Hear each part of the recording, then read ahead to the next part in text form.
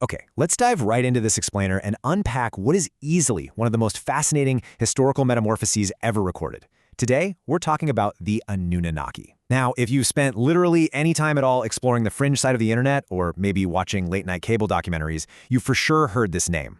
But how exactly did a group of ancient Mesopotamian deities completely transform over thousands of years into the stars of modern science fiction and global conspiracy theories? It's honestly an incredible journey of historical translation, mistranslation, and total reimagining, and we're going to break the whole thing down. We're starting right at the heart of the internet's absolute favorite mystery to ask a really simple question. Who were these figures truly, long before modern theories totally reshaped their narrative? Were they ancient gods decreeing the fates of humanity from up in the heavens? Were they terrifying judges presiding over the underworld? Or were they, as some modern writers claim, extraterrestrials from a completely different planet?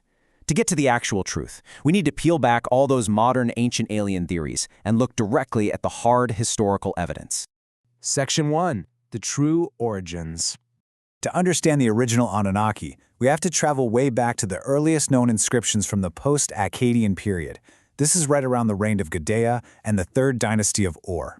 The word itself is derived from ancient Sumerian texts, written as A-Nana, and scholars generally agree it means princely offspring, or literally translated, seed of princes. So right out of the gate, we know they weren't visitors from the stars. They were a group of incredibly powerful deities in the Mesopotamian pantheon.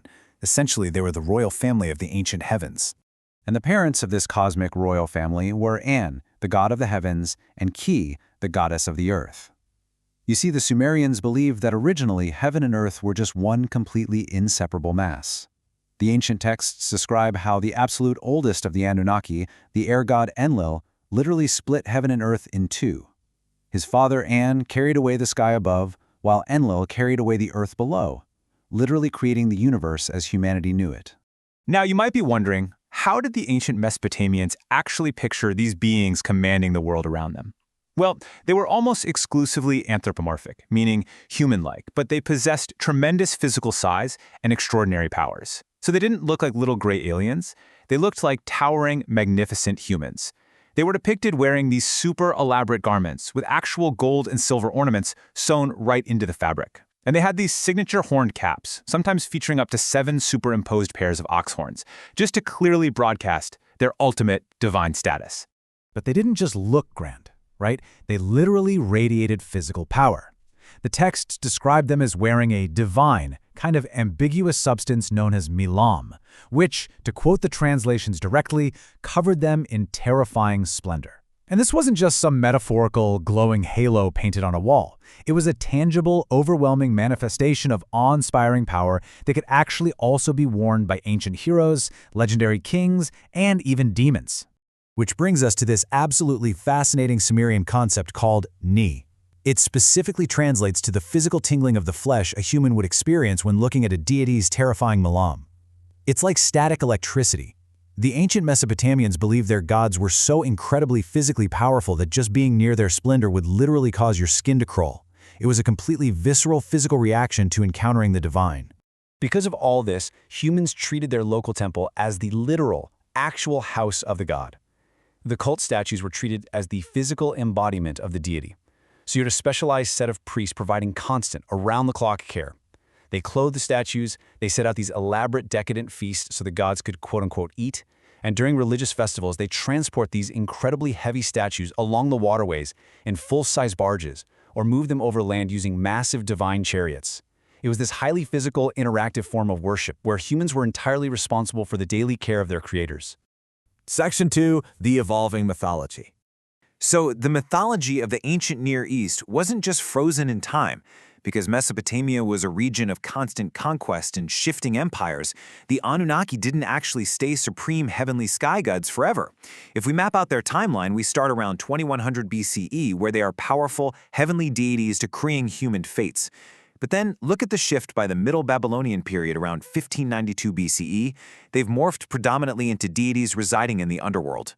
And by the mid-2nd millennium BCE, in Hurrian and Hittite cultures, they're completely rebranded as former ancient gods who had literally been cast down and banished to the underworld by a younger generation of gods. A major turning point in this whole underworld connection really comes down to the number 7.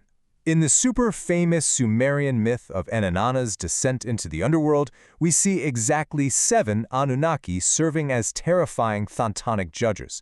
When the sky goddess Inanna basically attempts a hostile takeover of the underworld, these 7 Anunnaki judges put her on trial, deem her guilty of hubris, and actually condemn the goddess to death. That is a massive shift in their mythological resume, right? Now things get really interesting when you introduce a whole other set of gods into the mix, the Igigi. While the Anunnaki were the big bosses, the primary ruling deities, the Igigi were the 6th generation of gods, and they were actually forced into heavy manual work. In the Akkadian Atrahasis epic, after 40 grueling days of toil, the Igigi essentially go on strike. They rebel. And this massive labor dispute is what prompts the god Enki to create humans, specifically to serve as replacement temp workers so the gods don't have to do the heavy lifting anymore.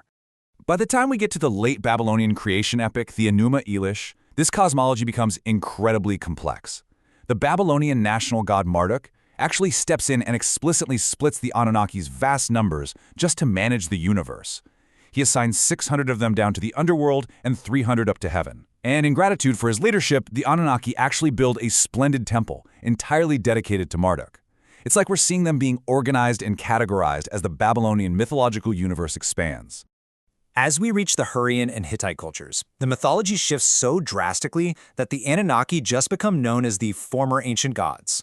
Their banishment to the underworld heavily mirrors the Greek narrative of the Titans being overthrown by the Olympians, and the religious practices shifted right along with it. Instead of building glorious, towering temples, Hittite worshippers communicated with these banished gods by literally digging a pit in the dirt and invoking them through the ritual sacrifice of a piglet. They were also called upon to enforce international treaties, basically ensuring that oaths were kept by the dark power of the deep earth. Section 3. Ancient Aliens and Conspiracies. All right, now we reach the massive narrative pivot. We've seen how standard ancient mythology evolved pretty naturally over thousands of years of human history. But in the 20th century, the Anunnaki were suddenly pulled out of the dirt of the underworld and projected straight up into the stars by modern pseudoarchaeology. And it all basically started in 1968. The publication of Erich von Daniken's Chariots of the Gods sparked a massive cultural shift away from studying ancient texts in their actual historical context and toward promoting extraterrestrial conspiracy theories. We're going to impartially look at what these 20th century authors claimed, keeping in mind that this is obviously a drastically different narrative from the actual historical evidence we just went through. Looking at the architects of this modern movement, we can see exactly how the Anunnaki narrative was completely reimagined. First, you have von Daniken in 1968 making the broad claim that ancient astronauts inspired early religions. Then, fast forward to 1976, Zecharia Sitchin zeroes in specifically on the Anunnaki, turning them into gold-mining aliens from a planet called Nibiru. And then by the 1990s, David Icke takes it even further, claiming shape-shifting reptilian overlords are controlling humanity. Let's look a little closer at Sitchin, because his claims really set the template for the modern internet mystery. Sitchin claimed the Anunnaki arrived 500,000 years ago from an undiscovered planet called Nibiru, specifically to mine gold. He argued they genetically hybridized their own extraterrestrial species with Homo erectus using in vitro fertilization, all to create humans purely as a slave species of miners. He even suggested they taught mankind agriculture to rebuild after melting glaciers caused a great flood. It's an incredibly complex sci-fi narrative that he insisted was hidden right there in plain sight within the Sumerian texts. Now, it's absolutely crucial to point out here that mainstream historians, archaeologists, and linguists universally reject Sitchin's writings as pseudo-archaeology. The academic consensus is that these theories completely misrepresent the accepted definitions of the ancient languages. Scholars point out that Sitchin deliberately misrepresented Sumerian texts by pulling quotes totally out of context, truncating lines, and just straight-up mistranslating Sumerian words to give them radically different meanings than what the ancient people actually intended. But the story didn't stop with Sitchin. Building on that foundation, David Icke adapted the Anunnaki story even further in the 1990s to fit a New Age conspiratorial agenda. He claimed his theorized reptilian overlords are actually the Anunnaki, weaving these ancient Mesopotamian deities into modern far-right theories of an Aryan master race descended from Anunnaki blood. He even went so far as to connect them to dragons and Dracula folklore. And to do this, experts note he relies almost entirely on very superficial linguistic similarities to try and link completely disparate ideas. Ultimately, the Anunnaki serve as just a phenomenal case study in historical metamorphosis. What we've traced today is an incredible millennia-long game of historical telephone. It demonstrates how a culture's deepest, most profound spiritual beliefs can be entirely rewritten by later generations. I mean, they transform from the towering, terrifying lords of the sky and underworld, who are literally fed and clothed by ancient priests, into the gold-mining, shape-shifting stars of modern internet science fiction. Which leaves us with a final thought to ponder today. How does a 4,000-year-old Mesopotamian myth manage to not only survive, but mutate so dramatically in our digital age? What does our ongoing obsession with the Anunnaki tell us about our own modern desire for grand, hidden mysteries? Thank you for exploring this explainer with me. Keep analyzing the evidence and never stop questioning the history behind the mystery.